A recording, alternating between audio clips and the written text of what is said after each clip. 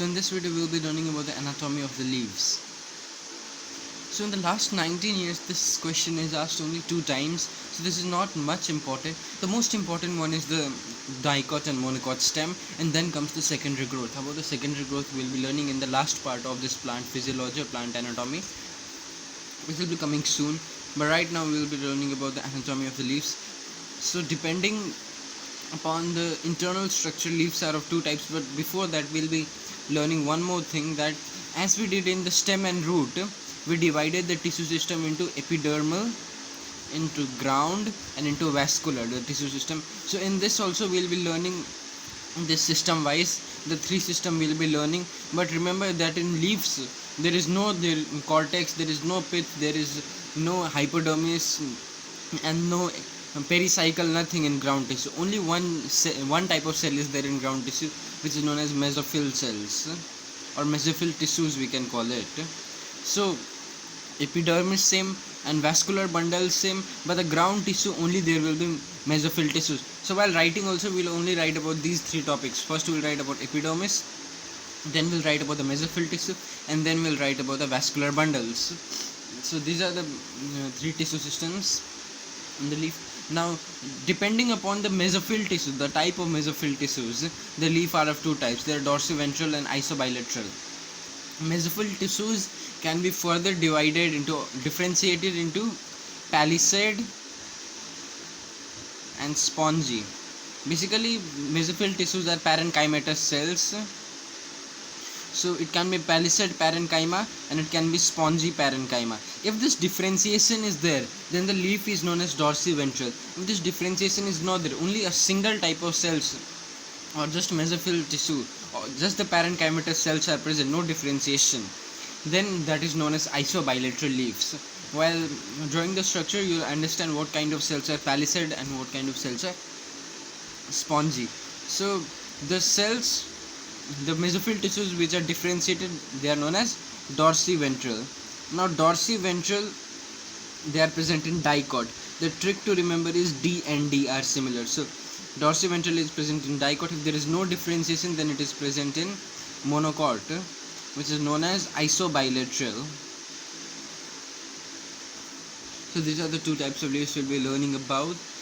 If this question is asked, then about both the leaves they'll be asked in the same question. It means you have to write about the isobilateral and the dorsiventral both in the same question, because the definitions, the descriptions of all these epidermis, mesophyll tissues and vascular bundles, they are very small, merely half page.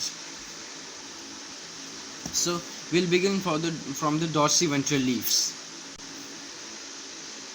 So dorsiventral leaves, they are present in dicotyledonous plants, for example mango. So first of all we'll write about the epidermis, because it is differentiated into 3 tissue systems: the epidermis, the mesophyll tissues and the vascular bundles. So first of all we'll write the epidermis. Now in leaves the epidermis is present on both the surfaces. So if this is the leaf, epidermis will be present on both the surfaces. If this is the leaf, this will also be the epidermis, this will also be the epidermis on both the surfaces. So there are 2 epidermis, upper epidermis and lower epidermis. Now upper epidermis, it is also known as adexal. Now this term, it's your wish, you can remember or not, and it is known as abaxial. Upper is known as adexal, lower is known as abaxial, or you can also call it the ventral epidermis, the dorsal epidermis, anything. Upper epidermis and lower epidermis. So there is a slight difference between these 2 epidermises, the upper and the lower one. Though both the epidermis are cuticularized, it means both contains cuticle, both the epidermis is covered by a layer cuticle, so they are known as cuticularized, both the epidermises. But now the difference is that upper epidermis, it consists very low amount of stomata. If you see the structure, stomata are the tiny pores which help in the respiration, the transpiration, but this upper epidermis, it will consist of very low amount of stomata, and it consists higher amount of chloroplast. Now chloroplasts, they are the cells which consists of chlorophyll, and they help in photosynthesis. So it consists of low stomata and it consists of high chloroplast, and the opposite is with the lower epidermis. Lower epidermis, it consists of high number of stomata and it consists of low amount of chloroplast. So while writing we can just write about these differences and that will be enough. Now there is a term for such low number of stomata which is known as anistomatic. Okay, it's known as anistomatic type of stomata. So this is about the epidermis, and then we move on for the mesophyll tissues. So mesophyll tissues, they are basically the parenchymatous cells which are lying between the upper and the lower epidermis. If this is the upper epidermis and this is the lower epidermis, then between them number of cells are lying which are parenchymatous, which are known as mesophyll tissues. So it lies between upper and lower epidermis. This will be our first point. And now, since it is dorsiventral, it is differentiated into two types. Differentiated and into palisade and spongy. Remember the name, palisade and spongy. Okay. While drawing the figure, you will understand about this. So I'll show you the figure now. While drawing, we'll draw ourselves. Means I'll teach you how to draw that palisade and that spongy parenchyma. You'll remember in such a way. And for now, I am showing you the figure to understand what is palisade and what is spongy parenchyma. So this is the figure of the palisade and the spongy parenchyma. This is the figure of the dorsiventral leaves. See, both the sides are covered with cuticle, and both the sides have upper and lower epidermis. Stomata are present in the lower epidermis in much more amount, and these are the cells. These are the mesophyll cells. Now towards the upper epidermis, you can see there are larger cells which are nearly elongated and oval in shape, which are known as palisade. And you can see here towards the lower epidermis there are slightly smaller cells which are also oval but not elongated. So these cells are known as spongy. Basically this structure is almost same, just the difference is that they are lying towards the upper epidermis and very compact, and the spongy parenchyma, they have many spaces in between them, very much intercellular spaces, and they are lying towards the lower epidermis. Okay, so while drawing the figure, we will draw somehow like this only. So basically while writing, we'll just write that they are present between the lower and upper epidermis. They are differentiated into palisade and spongy. So palisade, they lie towards the upper epidermis, and spongy, they lie towards the lower epidermis. And what is the function of these both epidermises? See, palisade, basically it helps in the gaseous exchange and photosynthesis. So palisade helps in gaseous exchange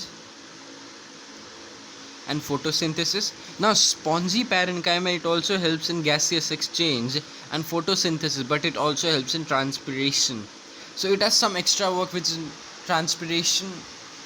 So this is all about the mesophyll tissues, merely 4 lines. So after this we move on for the vascular bundles. So in third we have the vascular bundles. Our vascular bundles here, if you see the figure, you'll see the structure to be somehow like this. You can see these are the palisade and these are the spongy. So these are palisade, these are spongy, upper and lower epidermis, stomata are present. Now the place where these vascular bundles are present, you have to draw collenchymatous cells on both the sides. These bundles, they are extended upwards and downwards both sides to form collenchymatous cells here. Basically you'll draw all these palisade and spongy all around, but the place where the vascular bundles are to be drawn, they have collenchymatous cells on both the sides. So before seeing the bundles and all, we'll see this vascular bundles, what type of vascular bundles are there. See, if you see the vascular bundles, they are the protoxylem, they are the metaxylem, and these are the phloem. Phloem lies towards the lower epidermis. So you can see that protoxylem towards the outside, metaxylem towards the center, and phloem is there. There is no cambium. So this is basically seen under the microscope that the structure was like this. So after that we write about the vascular bundles. So vascular bundles, they are basically conjoint. It means both the xylem and phloem are present joined in bundles. You saw the figure right now. It was in bundles, they are joined, but it does not have any cambium. So it does not have cambium, so it is closed. And collateral, it is collateral type. Now why collateral type? Because the xylem and phloem, they are lying towards, one is xylem is lying towards inside, and phloem is lying towards outside, so it is known as collateral type. You can see the last video if you didn't understand why it is known as collateral type. Basically it is conjoined, collateral and closed, and they are scattered in the spongy parenchyma. But now it is surrounded by a large number of parenchymatous cells, which is known as bundle sheath. You can see these are the xylem and these are the phloem, so they are surrounded by a large number of parenchymatous cells. So these parenchymatous cells, you are encircling them, it is known as bundle sheath. Now basically xylem lies towards the upper epidermis and phloem lies towards the lower epidermis. If you want to write more, you can just write that xylem, it is formed of the tracheates, vessels, xylem parenchyma, and the phloem is made up of sieve tubes, companion cells and phloem parenchyma. With this we complete our dorsiventral leaf. Let us have a look from the beginning once again, just that you do not get confused. First of all, epidermis, it has two epidermises, lower and upper epidermises. Both are cuticularized. Upper epidermis has low amount of stomata but high chloroplast. Lower epidermis has high stomata and low chloroplast, which is known as, this condition is known as anistomatic. When write about the mesophyll tissues, they are the cells which are lying between the upper and lower epidermis. Since they are dorsiventral, so they are differentiated into palisade and spongy. Palisade lies towards the upper side, which helps in gaseous exchange and photosynthesis. Spongy lies towards the lower side, which helps in gaseous exchange, photosynthesis as well as transpiration. Then vascular bundles, they are conjoint, collateral and closed. They are surrounded by a number of parenchymatous cells which are known as bundle sheath. The xylem lies towards the upper epidermis, which is formed up of the xylem fibers, tracheates, vessels, xylem parenchyma, and phloem lies towards the lower epidermis, which are formed up of sieve tubes, companion cells, phloem parenchyma, phloem fibers. And then we draw it, and then it's over. So figuratively, when we learn about it, it's somehow like this. First of all, we draw the cuticle layer, okay, and then we draw the epidermis. Now see, I have drawn this somewhat bulged or swollen types just so that here the vascular bundles are present, so I have drawn somewhat like this. So draw the epidermis cells. Epidermis cells are basically parenchymatous cells, so these are the parenchyma, these are the upper epidermis. Upper epidermis do not contain much stomata, so I am not drawing the stomata here. Now while drawing the lower epidermis, I will draw a stomata here because lower epidermis consists much amount of stomata. So these are the guard cells of the stomata. Okay, the stomata consists of guard cells which regulates its opening and closing. So these are the guard cells, and these pores are known as stomata. Now again draw the cells here. These are the lower epidermis cells. Leave her empty. And these are the lower epidermis cells. So this becomes our upper epidermis and this becomes our lower epidermis. Now remember, if I told you we are drawing the vascular bundle cells, so draw the collenchymatous cells in both the sides. Okay, they're surrounded by collenchymatous cells. But before that, we are drawing the mesophyll tissues here. So mesophyll tissues, two types: palisade, spongy. Palisade towards the upper. So draw a compact layer of somewhat hexagonal cells. Okay, just draw it compact. Now here we are drawing the vascular bundle, just leave the space. So these are our palisade tissues, palisade parenchyma or palisade layer, anything you can call it. And then here we draw the spongy layer or spongy parenchyma. So for drawing the spongy layer or spongy parenchyma, we need to draw the intercellular spaces between them. Now, these intercellular spaces, here they are also known as stomatal chambers. If you draw the the spaces between the spongy layer here, they are known as stomatal chambers because they help in respiration, they help in transpiration. Basic work of that spaces that. So let us not go in much detail. Just we'll draw the spongy layer here. We'll draw somewhat oval type of cells, and we'll draw the, you can draw it anyhow, just draw the intercellular spaces between them, okay, and leave the space here for vascular bundles. Now again we'll draw here. So these are a spongy layer, these are a palisade layer. You can make it slightly dotted because they also contain chloroplast. These cells, they contain chloroplast in them, so they help in the photosynthesis and gaseous exchange. So these are the dotted appearance. And then, as I said, draw the collenchymatous cells. While drawing the collenchymatous cells, I have told you in the first video that draw a thick layer between them, which is the layer of the pectine. Okay, contains pectine. So draw the thick layer, and now draw the parenchymatous covering, which is the bundle sheath. It draws somewhat oval in shape. This is our parenchymatous covering. Now rest all you can draw the collenchymatous cells all around. Now inside this, first we need to draw the xylem. So protoxylem towards the periphery and metaxylem towards the center. You can draw it as much as number you want. Okay. And here we need to draw the phloem. As I said, while drawing phloem, you can make some of the cells dark, some of the cells whitish. And with this, it is all about the dorsiventral. You can label it upper epidermis, lower epidermis, stomata, xylem, phloem, bundle sheath, palisade layer, spongy layer, the collenchymatous cells.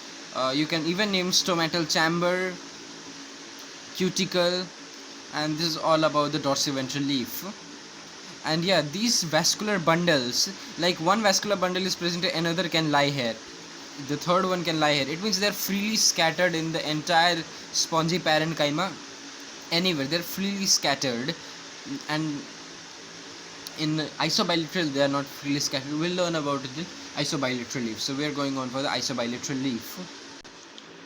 And before that, I want to tell you, if you are getting confused why we are drawing collenchymatous cells or not, so it's your option. You cannot even draw this. You can just draw the palisade parenchyma here and the palisade parenchyma here, spongy parenchyma all around, just a single layer of bundles and no collenchymatous patch. If you are getting confused, because in the isobilateral leaf we are going to draw the sclerenchyma here, so you can get confused between them. So it's simple to draw the palisade layer here. It's your wish. You can draw either of the things. So isobilateral leaves, again they show distinct layers of epidermis, mesophyll cells and vascular bundles. So first of all, epidermis. Now the isobilateral leaves, they show the similar features on both upper and lower surface. It means that stomata, it is present on both upper and lower surfaces.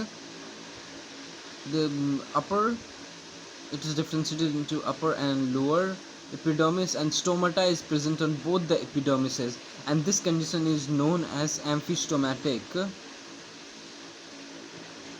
The last one, condition in which stomata was present on the lower surface more and less on the upper surface, it was known as the anistomatic condition, and this condition, it is known as amphistomatic condition, in which stomata is present on equal amount on both the surface.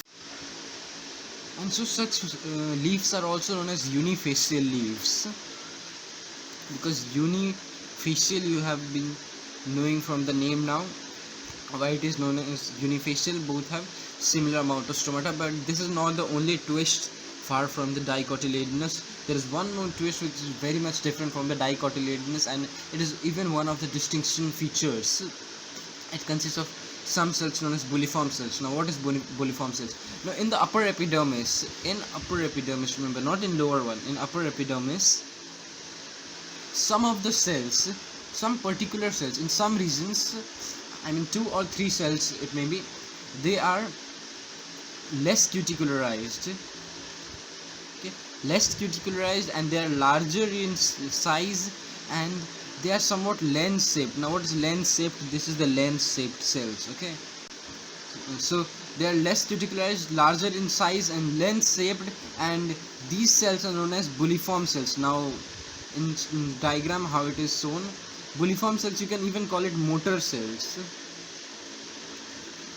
So if you see the diagram, you will find that some of the cells here, this is the upper epidermis. Some of the cells are larger, less cuticularized, and they're lens shaped, and such cells are known as bulliform cells. Now, why it is present? These cells basically they help in the curling up. It is known as rolling up or uncurling. Like in dry conditions, some of the leaves you can see, if this is the leaf, it rolls up and somewhat becomes wrinkles type. This is the leaf, it rolls up in dry conditions. Now that is known as curling of leaf. And when the conditions become favorable, again it uncurls or rolls up. This rolling up of leaf or curling and uncurling of the leaf during the dry conditions, it is regulated by these bulliform cells. So that is all about the epidermis, very much different from the epidermis of the dicotyledonous. It had stomata only on the lower surface and it did not have the bulliform cells. So now we move on for the mesophyll cells. So while writing about the mesophyll cells, it will be much easier because this is the basic point of distinction between the isobilateral and the dorsiventral. Obviously mesophyll cells, it is not differentiated into palisade and spongy, because this is the isobilateral monocotyledonous, and since it is not differentiated, it is known as isobilateral. So it is not differentiated into palisade and spongy. Only single type of cells are present which are somewhat spherical or oval, you can call it. They are the parenchymatous cells, so obviously it will be spherical or oval. And since spongy parenchyma is not present, so less intercellular spaces are there. Okay, it all depends on the figure. If you draw the figure, you can write all these things if you remember the structure.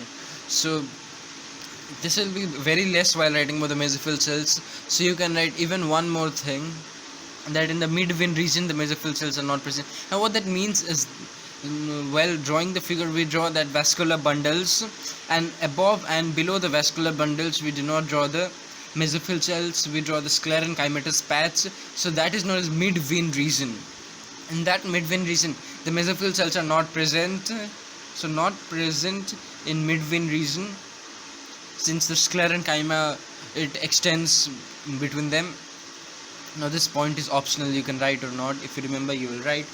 Now this is all about the mesophyll cells, hardly 2 or 3 lines. Then we go for the vascular tissues. And here one more point you can write in mesophyll tissues, it consists of chloroplasts. Now, I told you in the dorsiventral as well, it consists of chloroplasts because it helps in the photosynthesis. Now vascular bundles, the vascular bundles are very much different from the vascular bundles of the dicot, and we have to write much about this.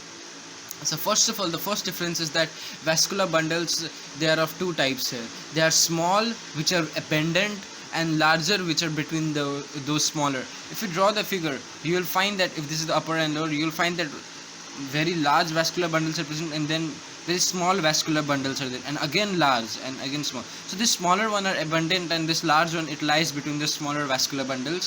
So it is of two types: small, this is abundant, and larger one, which lies in between the smaller ones. Now what type of vascular bundles? Again, it is conjoint, collateral, and closed. Similar, conjoint, collateral, and closed. But the difference is here that it consists of a water cavity. If you remember the monocot stem, you'll remember that the monocot stem consists of a water cavity or lysogenous cavity, you can call it, in the xylem.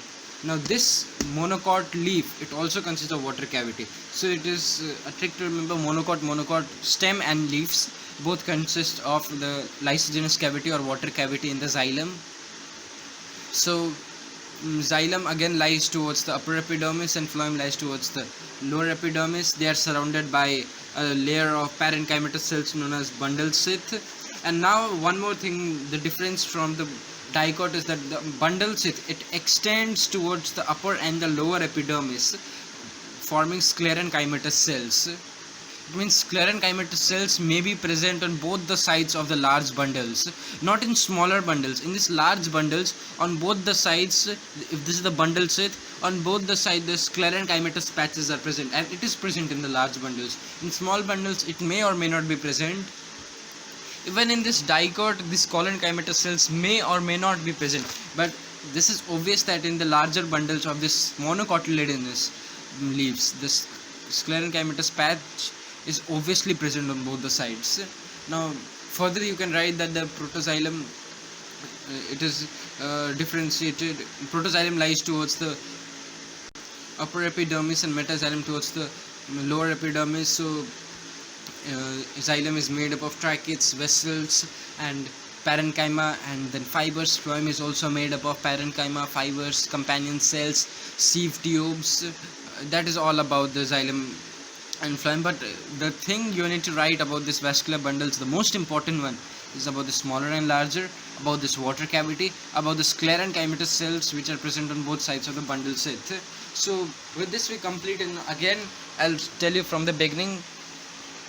Epidermis, upper and lower, both contain stomata, so it is known as amphistomatic or unifacial. But in the upper epidermis there are cells which are larger in size, less cuticularized and lens shaped, which are bulliform cells which help in curling and uncurling of the leaves. The mesophyll cells, they are not differentiated into palisade parenchyma and spongy parenchyma, and they consist of chloroplasts, and they consist of less intercellular spaces. They are not present in the midfin region because the sclerenchymatous patches are present. And now vascular bundles, they are smaller and larger types. Smaller are abundant, larger lies between the smaller ones. Conjoint collateral enclosed, bundle sheath is present there, but around the bundle sheath the sclerenchymatous patch is present. Now the protoxylem, it is represented by a lysogenous water cavity. While drawing the figure, we draw somewhat like this. So first of all we'll draw the upper epidermis. These are the upper epidermis cells. Now both the sides contain stomata, so we'll draw guard cells on both the sides, and stomata is present on both the sides. Now remember the bulliform cells, somewhat larger, lens shaped. Okay, and again draw these are the parenchyma, upper epidermis cells. Now draw the cuticle, leave the cuticle here, draw the cuticle again. Now draw the cuticle less cuticularized here, and again cuticle. Now lower epidermis, the similar structure, you can draw the stomata here, but not the bulliform cells. Now make it cuticularized. Hole is present in the stomatal hole. Now we do not need to draw the palisade and the spongy, so just draw some oval, rounded or spherical, you can call it, mesophyll tissues directly. Now these here smaller bundles are lying. They are the smaller vascular bundles, bundle sheath and smaller vascular bundles. You do not need to draw in detail. So again you can draw the mesophyll tissues. One more small you can draw, small vascular bundles, they are made of mesophyll tissues. And now larger one we'll draw here. So while drawing the larger one we have to draw in detail. This is our bundle sheath. Okay, and both the sides consist of sclerenchyma. Sclerenchyma make it double walled. Both the side contains sclerenchyma, and then the mesophyll tissues all round again. Yeah, in smaller one you can draw it conjoint collateral enclosed. Remember conjoint collateral, see this is our xylem and this is our phloem, no cambium in between, just xylem, phloem, no cambium in between, conjoint collateral and closed. Now in this also you can draw, this is our xylem, metaxylem. Now protoxylem, it is shown by a water cavity, so draw a water cavity. This is our water cavity, and then phloem you can draw here, all around phloem. Okay. Again you can draw as much as you want in number. So this is our metaxylem, this is our protoxylem, it means water cavity. This is our phloem, bundle sheath, sclerenchymatous patch, bulliform cells, stomata, mesophyll tissues, smaller vascular bundles, cuticle, upper epidermis, lower epidermis. This is just a rough figure, and this is all about the isobilateral leaves. Now we come for the points of distinction which is regularly asked.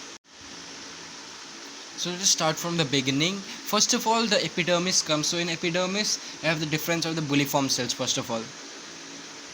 So bulliform cells, they are not present in dorsiventral, so they're absent, but in isobilateral they are present. And the difference comes in the stomatal distribution. Stomata in dorsiventral mostly present on the lower surface, but in isobilateral they are present on both the surfaces. Now another difference, basically it is about the mesophyll tissues. So mesophyll in dorsiventral differentiated into two types, palisade and spongy. but in isobilateral they are not differentiated. Now vascular bundles, the number of vascular bundles. If we see the dorsiventral leaf, we find that only one type of vascular bundle is present, either larger, smaller, anything, one type. But in isobilateral, two types, smaller and larger.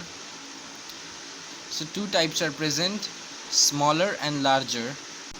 So again, then we go for the bundle sheath. So in dorsiventral, I told you that collenchymatous patch, it is your option, and it may be or may not be present. So we write it is mostly parenchymatous only. Parenchymatous. Collenchymatous may be present or may not be present. Usually it is present, but rare in cases it is not present. So we write mostly parenchymatous. But in isobilateral, we write both. It is parenchymatous as well as sclerenchymatous, because in larger vascular bundles, sclerenchymatous is obviously present. And lastly, we can write about the water cavity as well. The water cavity, it is absent here, but the water cavity, it is present here. And one more difference is there. It is about the intercellular spaces. You can see in dorsiventral, spongy parenchyma are there, so intercellular spaces is larger and numerous, but in this it is smaller and fewer. So this is about the points of distinction, and with this we end our chapter. In the next video we will be learning about the secondary growth of dicot stem, and it is one of the most important questions which is asked 7 times in the last 19 years. After the dicot and monocot stem, it is the most important question of this chapter. So till then, take care, goodbye.